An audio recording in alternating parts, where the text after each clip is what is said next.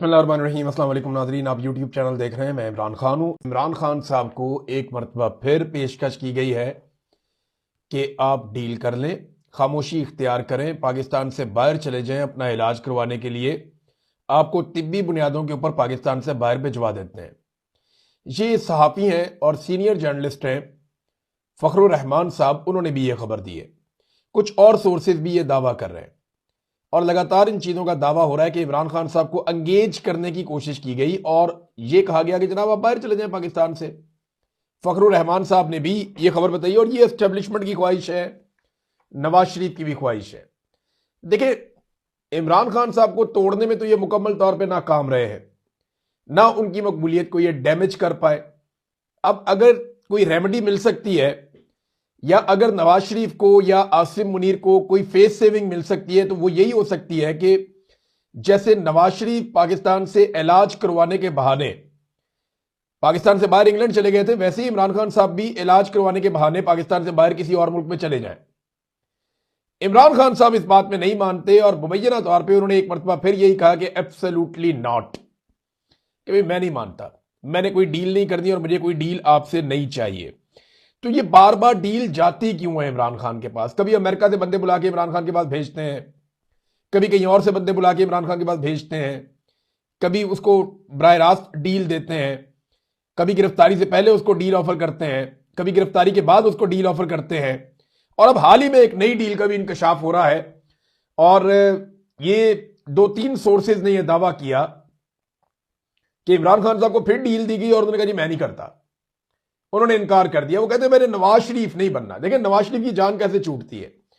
नवाज शरीफ के ऊपर जो सबसे बड़ा इल्जाम लगाया ना वो ये है कि नवाज शरीफ अपने प्लेटलेट्स गिरा के बीमारी का बहाना बनाकर पाकिस्तान से बाहर भाग गए और फिर जब वो पाकिस्तान वापस आए तो वो तब तक अपनी डील मुकम्मल कर चुके थे। तो वो 4 हफ्ते का कहकर गए थे और 4 साल गुजार कर नवाज शरीफ साहब पाकिस्तान वापस आए और 50 रुपए के स्टाम्प पेपर के ऊपर पाकिस्तान से वो बाहर गए थे। अब ये इतना बड़ा एलिगेशन है, इतनी बड़ी तौहीन और इतनी बड़ी बेइज्जती है किसी सियासी लीडर की कि जब तक के इमरान खान साहब इतना बड़ा कोई काम नहीं करेंगे तब तक नवाज शरीफ साहब की जान नहीं छूटती। तो अब उन्हें लगता है कि हम बार बार ऑफर करें तो शायद किसी जगह पे जाके इमरान खान साहब मान जाएं।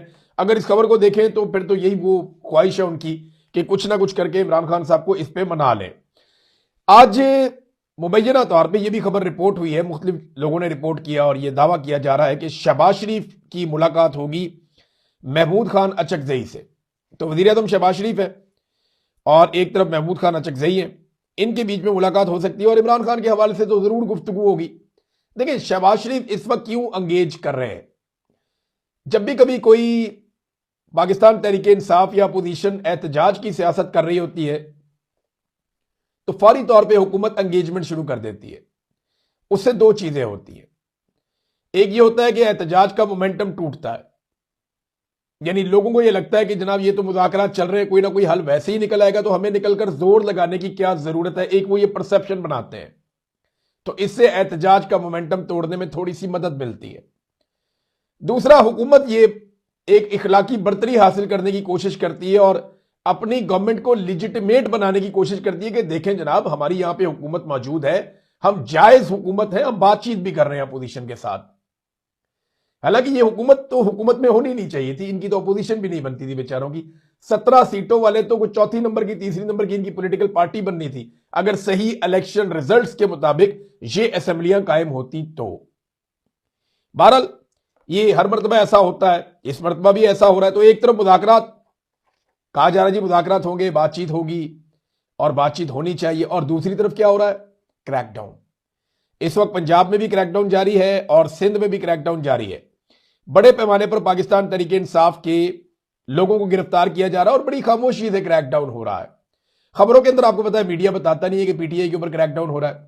सोशल मीडिया भी आजकल तवज्जो दीगर चीजों की तरफ है, काफी बटी हुई, तो इसलिए ज्यादा उठाया नहीं जा रहा मामला, लेकिन क्रैकडाउन हो रहा है और बड़ी तेजी से वो लोग जो इलाकों की बंदिश कर सकते हैं, वो लोग जो तहरीक को तेज कर सकते हैं, उन तमाम लोगों को एक एक करके उठाया जा रहा है। चाहे वो कारकुनान है, मुतहर्रिक कारकुनान, या वो लीडरान है, जैसे तैसे भी उन्हें गायब किया जा रहा है, उन्हें उठाया जा रहा है। 3 MPO के तहत उनको हिरासत में लिया जा रहा है तो ये गिरफ्तारियां हो रही हैं, दूसरी तरफ क्रैकडाउन हो रहा है, घरों पे छापे पड़ रहे हैं पंजाब में खास तौर पे, और कई इतलात तो ऐसी आ रही है कि कुछ लोग वॉलंटियरली भी गिरफ्तार होना चाहते हैं। अब इसमें कितनी सदाकत है मैं आपको कह नहीं सकता, किसी बंदे का नाम लेना हो तो मैं ले नहीं सकता, लेकिन आपको मैं ये बता सकता हूं कि वफाकी वजीर ने भी एक ने कहा, हुकूमत के बंदे ने, कि जनाब हमसे तो रब्ता करके लोग कहते हैं कि जनाब हमें गिरफ्तार कर ले, वरना ये 8 फरवरी हमारे खाते पड़ जाएगा दोनों तरफ से। देखिए ना गिरफ्तारी का कितना फायदा होता है। एक, पाकिस्तान तहरीक इंसाफ आपसे पूछ नहीं सकती, आप कहते नहीं मैं तो गिरफ्तार हो गया था। दो, अगर 8 फरवरी को कोई बड़ा वकूआ हो जाता है तो हुकूमत आपके ऊपर पर्चा नहीं दे सकती, आप कहेंगे जी मैं तो उस दिन अंदर था। तो ये डबल डबल फायदा हो जाता है अंदर होने का, कि आपकी हाजिरी भी पड़ जाती है और आपकी खाल भी बच जाती है। बहरहाल ये इस तरह के लोग होते हैं, लेकिन पाकिस्तान तहरीक इंसाफ में अब ऐसे लोग कामयाब नहीं होंगे, क्योंकि पाकिस्तान तहरीक इंसाफ ने एक बड़ा कड़ा एहतसाब शुरू कर दिया है अपने अरकान असेंबली का और ओहदेदारों का, और एक एक करके अब वो नाम सामने लेकर आ रहे हैं, MNAs के, MPAs के, सोशल मीडिया के ऊपर जो पाकिस्तान तहरीक इंसाफ का अपना सोशल मीडिया है या उनकी अपनी पार्टी के लोग हैं, उन्होंने अब ये मामला उठा दिया है। वो ये बता रहे हैं जी फलाना MNA एक दफा भी नहीं आया, ये MP है ये भी नहीं आया, ये मिनिस्टर है ये भी नहीं आता था, इसको इमरान खान साहब का करीबी साथी है ये भी नहीं आता था, ये जो बंदा है इसको ये ओहदा दिया हुआ वो भी नहीं आता। अब सोशल मीडिया ने ये बेड़ा उठा लिया है और वो एक एक करके बता रहे हैं कि जनाब कौन आता है और कौन नहीं आता। ये रोला पड़ गया।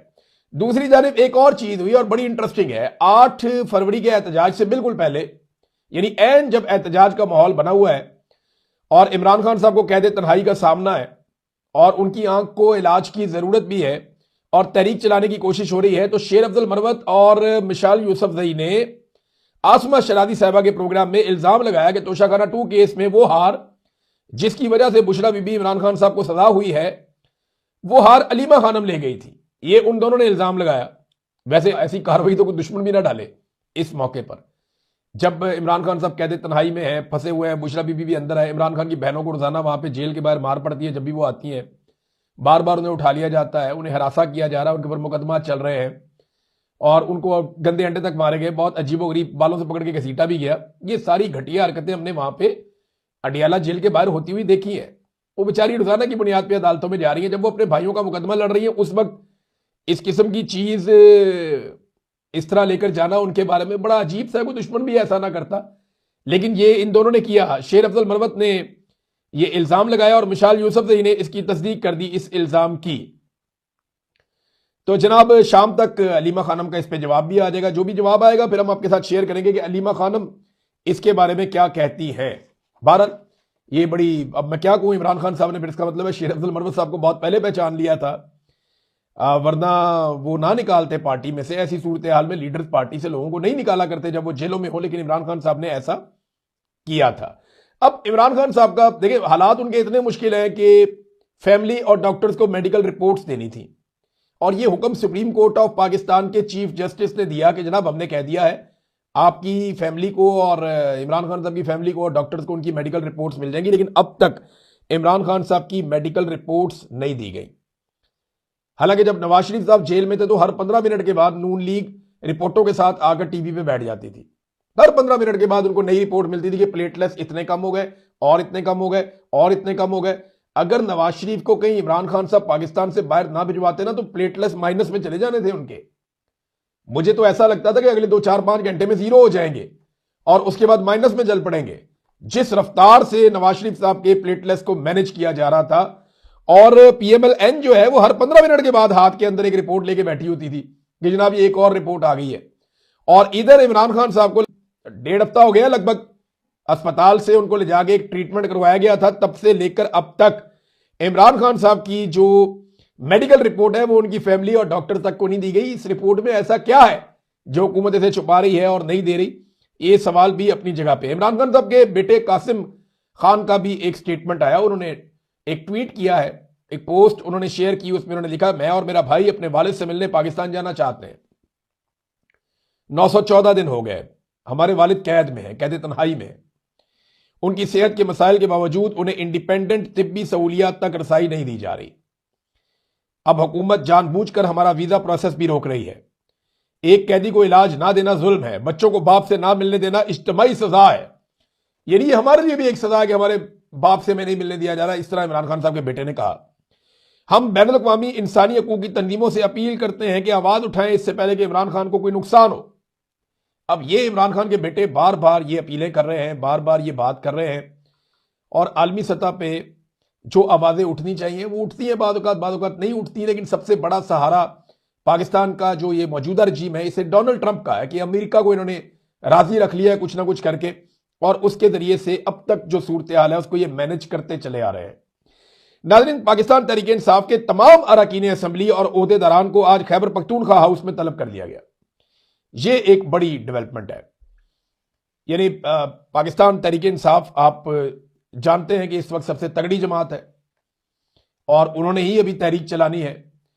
तो खैबर पख्तूनख्वा हाउस में पूरे पाकिस्तान से मेंबरान असम्बली, टिकट होल्डर, तंजीमी ओहदेदारान, तमाम विंग्स के सीनियर ओहदेदारान का इजलास तलब कर लिया गया है। इमरान खान साहब को अल-शिफा अस्पताल मुंतकिल करवाने और इनका मुकम्मल इलाज करवाने, फैमिली और जाती मुआलजीन की इमरान खान तक रसाई करवाने के हवाले से अहम इकदामात उठाए जाएंगे। ये जनाब आप देखें क्या फैसले होते हैं, क्योंकि अरकान असम्बली को या टिकट होल्डर्स को जिन पे इमरान खान साहब ने भरोसा किया था, उन सबको अपना जिम्मेदारी लेनी पड़ेगी, वरना पाकिस्तान तहरीक इंसाफ का सोशल मीडिया एक एक करके सबकी शक्लें सामने रखना शुरू हो गया। जनाब इसको देखो ये भी नहीं आता, इसको देखो ये भी नहीं आता, इसको देखो ये भी नहीं आता। तो हर एक के ना आने की अपनी अपनी वजह है, लेकिन पाकिस्तान तहरीक इंसाफ के अंदर जो है वो पहलवानी सोशल मीडिया की तो है। और अगली दफा जब ये टिकट लेने के लिए जाएंगे तो इनकी बड़ी शदीद मुखालफत भी हो जाएगी उस वक्त। तो अगर आपने अपने टिकट पक्के करने हैं तो काम इन्हें करना पड़ेगा बेचारों को, क्योंकि सोशल मीडिया अब खुद से एहतसाब कर रहा है। नाज़रीन, एक खबर और है, अफसोसनाक खबर है, बार बार आपको कोई ना कोई बुरी खबर ही सुनने को मिलती है जब से ये रजीम है। आलू का जो किसान है वो एक मरतबा फिर रुल गया। ये लगातार जितने साल से हुकूमत में है ना, 4 साल हो गए, चारों साल आलू का किसान रुल गया। एक साल भी उसको मुनाफा या फायदा नहीं हो रहा, और अरबों रुपए का आलू के किसान को नुकसान हुआ है। और दावा इनका यह है, यानी मरियम नवाज ने यह ट्वीट करके कहा जनाब हमने 25% ज्यादा आलू पैदा कर लिया है, इनका मुआवजा यकीनी बनाने के लिए हम नई मंडियों तक रसाई हासिल करने की कोशिश कर रहे हैं, और ये आलू भेजने के लिए एक और मुल्क कहते जी वहां पे भी हम ये आलू भेजेंगे। और ये अफगानिस्तान का रास्ता इन्होंने बंद किया हुआ, यहां पे आलू जाता था। अफगानिस्तान के अंदर हम एक्सपोर्ट करते थे, वहां से सेंट्रल एशिया में भी जहां मर्जी चला जाए। तो हम इस तरफ को अपना आलू एक्सपोर्ट करते थे, अब कहां करेंगे, किधर भेजेंगे आप? ये आइटम जो है इसको स्टोर करने की भी एक कीमत होती है। किसान का अरबों रुपए का नुकसान हो गया, बेशुमार किसान रुल गए। अब जो इजाफी पैसे उसको पड़ रहे हैं सर्द खाने के अंदर आलू रखने का, पैदावार ज्यादा हो गई है ना, तो आपको एक्सपोर्ट करना पड़ता है। तो इनके पास इसमें किसी किस्म का कोई गुंजाइश नहीं है, कोई प्लानिंग नहीं है।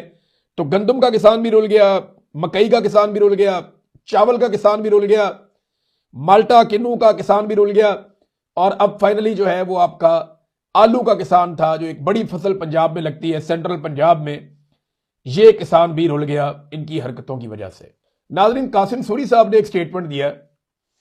देखिए, मैं ये बात पहले से जानता हूं, मेरी कासिम सूरी भाई से बात कभी कभी होती है, उनका मेरे पर बड़ा एहसान भी है। उन्होंने मुझे कायल किया, मुझे पाकिस्तान से लेकर आए कि आवाज़ अपनी बचाना बहुत ज़रूरी है, और उन्होंने मेरी बड़ी मदद की, उनके दोस्तों ने मेरी बड़ी मदद की। तो मेरा उनसे रब्ता रहता है, और मैं ये जानता हूं कि माली एतबार से कासिम सूरी साहब, क्योंकि वो एक ईमानदार आदमी है, उन्होंने करप्शन अपनी लाइफ में की नहीं है, वरना जिस ओहदे के ऊपर वो बैठे हुए थे वहां तो लोग बहुत पैसा बनाते हैं। एक छोटा मोटा कोई बंदा नाजिम अपने इलाके का बन जाए ना, तो वो करोड़ों रुपया बना लेता है। और कासिम सूरी तो डिप्टी स्पीकर पाकिस्तान के थे, कौमी असम्बली के, लेकिन उन्होंने वो काम नहीं किए जो नॉर्मली सियासतदान करते हैं 2 नंबर तरीके से। तो कासिम सूरी साहब के पास पैसे वैसे नहीं थे, और वो बहुत खुददार इंसान है, यह बात भी आप अपने जहन में रखिएगा। यानी वो बहुत खुददार इंसान है, अल्लाह रब्बुल इज्जत उनकी खुददारी को सलामत रखे। मेरी उनसे ये बात हुई थी, और मुझे पता है कि वो वाकई में ऊबर टैक्सी चला रहे हैं, और उन्होंने कहा मुझे इस बात पे फख्र है, कासिम सूरी ने मुझे कहा था मुझे इस बात पे फख्र है कि मैंने बेवफाई नहीं की, मैं एक वफादार आदमी हूं, मैं अपने लीडर के साथ खड़ा हुआ और अपने मौके पे डट के खड़ा हुआ। तो ये कासिम सूरी है। यानी ये शरीफों और सरदारियों जैसे बेशुमार लोग 100-100 साल की जिंदगी भी जिए ना, तो कासिम सूरी जैसी खुददारी की एक दिन की जिंदगी, इसका जो नशा है ना, ये समझ नहीं सकेंगे कभी। तो कासिम सूरी साहब के लिए खराज तहसीन है मेरी तरफ से उन्होंने ये बात खुद अपने मुंह से कह दी, वरना मुझे बताते हुए बहुत अजीब लगता, लेकिन बहुत बड़े दिल का आदमी, उसने बताया जनाब के ये हालात है, लेकिन इसके बावजूद हम झुकेंगे नहीं, हम पीछे नहीं हटेंगे, मुकाबला करेंगे। कामरान शाहिद साहब मेरे साथ बड़ा लंबा अरसा सहाफत उन्होंने की, और सीनियर जर्नलिस्ट हैं, उन्होंने एक जुमला बोला, मैं उस पर जरूर कमेंट करना चाहूंगा। उन्होंने कहा मैं समझता हूं कि दुनिया की कोई भी फोर्स बिला वजह अपने किसी शहरी को मिसिंग नहीं करती। कामरान शाहिद, देखिए ये जो मिसिंग करना होता है ना, ये होता ही गैर कानूनी है, ये आइन और कानून में इसकी गुंजाइश नहीं होती। मिसिंग करना कोई मसले का हल नहीं है। आप अदालतों में पेश करें और अपने कवानीन को इतना बेहतर करें कि उसके मुताबिक आपको किसी को मिसिंग करना ना पड़े, और अपनी इन्वेस्टिगेशंस को इतना अच्छा करें कि आपकी अदालतें इंसाफ दें। ये जो मिसिंग करना होता है, इससे मसाइल कम नहीं होते, मसाइल बढ़ते हैं। और ये जो कह रहे हैं ना बिला वजह मिसिंग नहीं करती, मैं खुद मिसिंग पर्सन रहा हूं। मैं जब ISI वालों से पूछता था कि यार मुझे तुम लोगों ने क्यों यहां मिसिंग पर्सन किया हुआ, क्या वजह है, मैंने कौन सा ऐसा कानून तोड़ा है, उन्होंने कहा कोई कानूनी वजह ही नहीं है आपको यहां लाने की, हमारे बड़ों को आप बाहर सूट नहीं कर रहे बस। यानी हमारे बड़े नहीं चाहते कि इस वक्त आप बाहर हो, उन्हें सूट नहीं कर रहा, अपना जाती मफाद है उनका। फील्ड मार्शल का अपना मफाद था, मरियम नवाज को जनाब अपना, नवाज शरीफ का अपना मफाद था, फील्ड मार्शल आसिम मुनीर का अपना मफाद था, नदीम अंजुम का अपना मफाद था। तो मुझे पकड़ के इन्होंने जबरी तौर पे लापता कर दिया 5 महीने के लिए। तो मुझे तो कोई कानूनी वजह नहीं बता पाए, कोई वजह नहीं होती, बाज़ औक़ात कोई वजह नहीं होती। मेरे मुंह से एक जुमला निकल गया था एक दफा कि ये जो लोग मिसिंग पर्सन होते हैं इन्होंने कुछ तो किया होगा, और मैंने जाके चौक में खड़े होकर सारी दुनिया के सामने मारंग बलोच से हाथ जोड़ के माफी मांगी थी अपने इस जुमले की। तो कामरान शाहिद साहब ऐसा ना करें, कल को आपको भी माफी मांगनी पड़े, बाद में बहुत तकलीफ होती है, बहुत बुरा लगता है। मरियम नवाज साहिबा का स्टेटमेंट नाजरीन पीछे हट ही नहीं रहा, उन्होंने अजीबो गरीब ही स्टेटमेंट दे दिया। यानी शरीफ खानदान की पूरी सियासत, पूरी सोच का जो मोटो है वो ये है कि शऊर से पेट नहीं भरता। अगर शरीफ खानदान की पूरी सियासत को आपने एक जुमले में बंद करना है ना, इन ताजरों की पूरी सियासत को, तो वो ये है कि शऊर से पेट नहीं भरता। देखिए पेट तो हर आका अपने गुलाम का भी भरता है। अंग्रेजों ने बहुत तरक्याती काम किए थे यहां पे इंडिया पाकिस्तान में, लेकिन हमने आजादी क्यों हासिल की? शऊर की वजह से की ना। फिर हम शऊर के पीछे क्यों चले थे? हम तो ये भी कहते रहे भूखे रहेंगे मगर एटम बम बनाएंगे। ये कौन सा वाला शऊर था? यानी ये इस खानदान की एक घटिया सोच है। इंसानों में और बाकी जानदारों में फर्क किस चीज का है? शऊर का फर्क है। अल्लाह रब्बुल इज्जत ने फरिश्तों को क्या दिखाया था? इंसान में इल्म और शऊर दिखाया था ना, जिसके बाद फरिश्तों को हुक्म दिया कि इसको सजदा करो इंसान को। देखिए शैतान ने तो कहा खाओ, बहुत मजे का है, खाओ। तो रहमान ने कहा था कि तुम्हें शऊर दिया कि नहीं खाना। शऊर में इतना फर्क है, पेट तो भर जाता है, असल बात तो शऊर की है। लेकिन ये पेट से सोचते हैं ना। वो शेख रशीद ने एक जुमला कहा था, और वो हमारे मजहब में भी है कि इनका पेट जो है ना वो कब्र की मट्टी भरेगी, उससे पहले इनका पेट नहीं भरेगा। शऊर से इनका पेट नहीं भर सकता। कौमें जब उन्हें शऊर मिलता है कौमों को, तब वो तरक्की करती हैं, वो आगे बढ़ती हैं, पूरी की पूरी कौम आगे बढ़ती है। पेट तो जानवर भी एक दूसरे को मार के खा जाते हैं, अपना अपना पेट भर लेते हैं, लेकिन उन्हें शऊर नहीं होता। नाज़रीन, अक़वाम मुत्तहिदा ने ईमान मज़ारी साहिबा के मामले के ऊपर एक मुज़म्मती बयान जारी किया है। अक़वाम मुत्तहिदा का ईमान मज़ारी और हादी अली चट्ठा केस के फैसले पर तशवीश का इजहार। दोनों मियां बीवी को महज इंसानी हुकूक और आज़ादी इजहार राय के हक को इस्तेमाल करने पर निशाना बनाया गया, दिफा के लिए मुनासिब वक्त नहीं दिया गया, और कार्रवाई के दौरान आलमी मेयार के कानूनी तकाजों को भी नजरअंदाज किया गया। अब आलमी सतह पर आवाजें उठ रही हैं जो जुल्म और ज्यादती ईमान मज़ारी और उनके शौहर के साथ हो रही है। नाज़रीन, एक जाते जाते आपको खबर दे देता हूं मैं कि बोर्ड ऑफ पीस में पाकिस्तान के जाने के बावजूद, डोनाल्ड ट्रंप की जानिब से जंगबंदी के ऐलान के बावजूद लगातार फलस्तीनियों का कत्लेआम हो रहा है, और जो नस्लकुशी है वो अभी भी जारी है।